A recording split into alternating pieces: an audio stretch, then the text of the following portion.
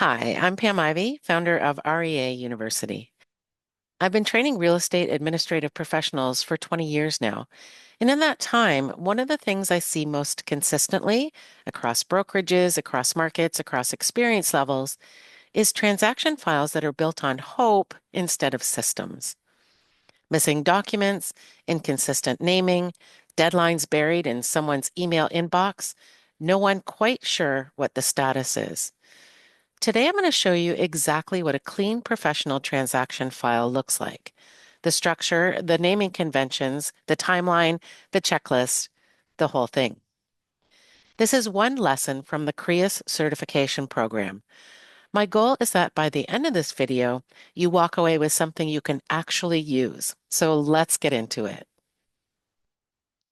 Most transaction files are built on hope.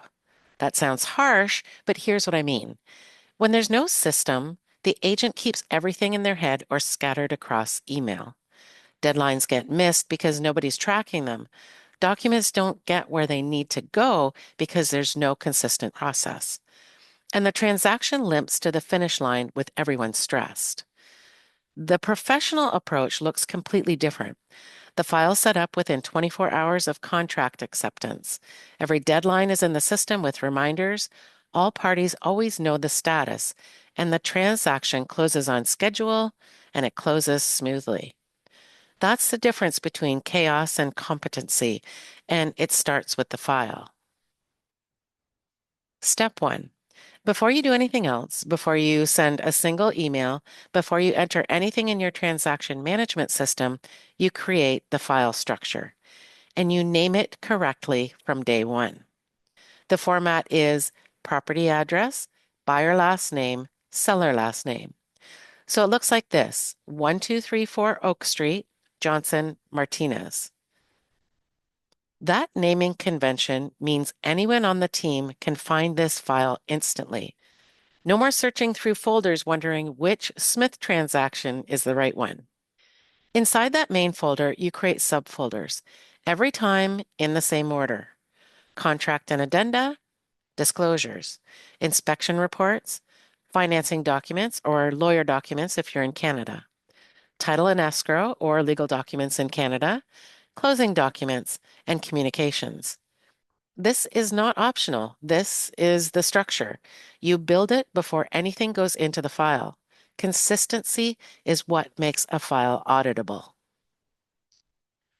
Now let's talk about the rule that'll save you more times than you can count. Name every file the same way every time. The format is year, month, day, property address, document name, version number if needed. So instead of inspection.pdf, which tells you nothing, you have 2026-0420, 1234 Oak Street, home inspection report. You can find it, sort it, and know exactly what property it belongs to 6 months from now. Instead of contract final.pdf, and we've all seen that file, you have 2026-0401, 1234 Oak Street purchase agreement. Clean, clear, dated, addressed. And if you need to track versions, you add it at the end. 1234 Oak Street, repair request V2, not repairs, new, updated, revised, final. The reason the address goes in the file name, not just the folder, is that documents travel. They get emailed, shared, downloaded. When the address is in the name itself, there's never any ambiguity about which transaction that document belongs to. Step 2. Enter the transaction in your management system within 24 hours of contract acceptance. I want to be specific about that number. Not soon, not when I get to it, 24 hours. Whether you're using dotloop, SkySlope, Brokerment, Transaction Desk, or another platform, the information is the same. You're entering 5 categories of data on day 1. Property details: full address, MLS number, property type, square footage. Transaction details: contract date, purchase price, deposit amount, projected closing date. Buyer and seller: full legal's names, phone, email, mailing address. Then your supporting parties.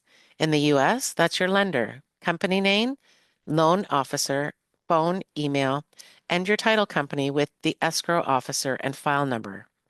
In Canada, that's your buyer's lawyer and seller's lawyer. And finally, other parties as they're confirmed, home inspector, appraiser, and anyone else involved. A complete system entry on day one means your reminders will fire on time, your contact list is always current, and nothing falls through the cracks. Step 3, build the timeline, every deadline, and for each one, set 3 reminders, 3 days before, 1 day before, and the day of. That 3 reminder system is non-negotiable. 1 reminder is easy to miss. 3 reminders means the deadline gets hit. In a U.S. transaction, your critical dates are earnest money deposit due, inspection period end date, inspection response deadline, financial contingency deadline, appraisal ordered and completed, title review deadline, final walkthrough, and closing date. In a Canadian transaction, your key dates are deposit due, which is often within 24 hours of acceptance, financing condition waiver date, inspection condition if applicable, status certificate for condos or strata, requisition date, completion date, and possession date. And note that in Canada, completion and possession date are often different days. Every one of these dates goes in the system the day you set up the file, not later, day 1. Step 4 is to work the checklist, every phase, every time. In CREAS, we break the transaction into 5 phases, each with its own checklist. Contract execution phase, file created, transaction entered into the system, all dates calendared, contact lists compiled. That all happens in the first 24 hours. Earnest money or deposit phase, amount verified, instructions sent to the buyer, receipt confirmed, all parties notified. Missing or late deposits can void contracts. You track this like it's the most important thing happening, because it is. Inspection phase. Scheduled, completed, report received and reviewed, repair negotiations finalized if needed, contingency removed. Financing phase. Loan application verified, weekly check-ins with the lender, appraisal tracked, clear to close received. Weekly check-ins, not monthly, weekly. And pre-closing and closing. All contingencies confirmed, removed, final walkthrough scheduled and completed, documents reviewed, keys transferred, transaction marked close. Each phase has a checklist. Each item gets confirmed. Nothing gets assumed. And here's the rule that governs everything we've talked about today. If it's not documented, it didn't happen. Log every phone call, date, time, who you spoke with, what was discussed, what was decided, what the next step is. Save every email into the transaction file, not just in your inbox, in the file. Record every agreement in writing, even if it was verbal, especially if it was verbal. This is how you protect yourself, your agent, and every party in the transaction. Documentation is not bureaucracy, it's professionalism. So what does all of this actually look like in practice? When you run a clean transaction file, the agent never has to wonder what's happening. You tell them before they ask. That's your weekly status update. That's your proactive communication, and that's what makes you indispensable. Every party in the transaction, the lender, the title company, the lawyer, the inspector, knows within the first interaction that you run an organized file. That reputation matters. When something goes wrong, and at some point something will go wrong, you have the documentation. Every call logged, every agreement recorded, you are protected. And your file audit trail doesn't just show that you worked hard, it shows that you worked to a professional standard. That's what CREAS certifies. This is one lesson. CREAS covers this level of depth across 14 modules: transaction coordination, listing coordination, contract and document management, compliance and file integrity, operational workflows, client communication systems, the full scope of what it means to be a professional real estate administrative specialist.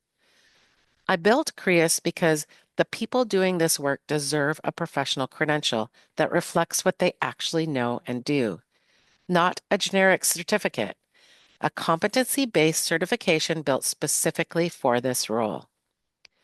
Enrollment opens April 15th. If you want to be notified the moment it opens, before the public announcement goes out, join the waitlist at reauniversity.com.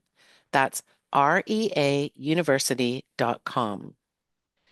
Founding member enrollment is limited. When the waitlist gets the email on April 15th, it will open and close quickly. Thanks for spending the time with me today. I'll see you in the program.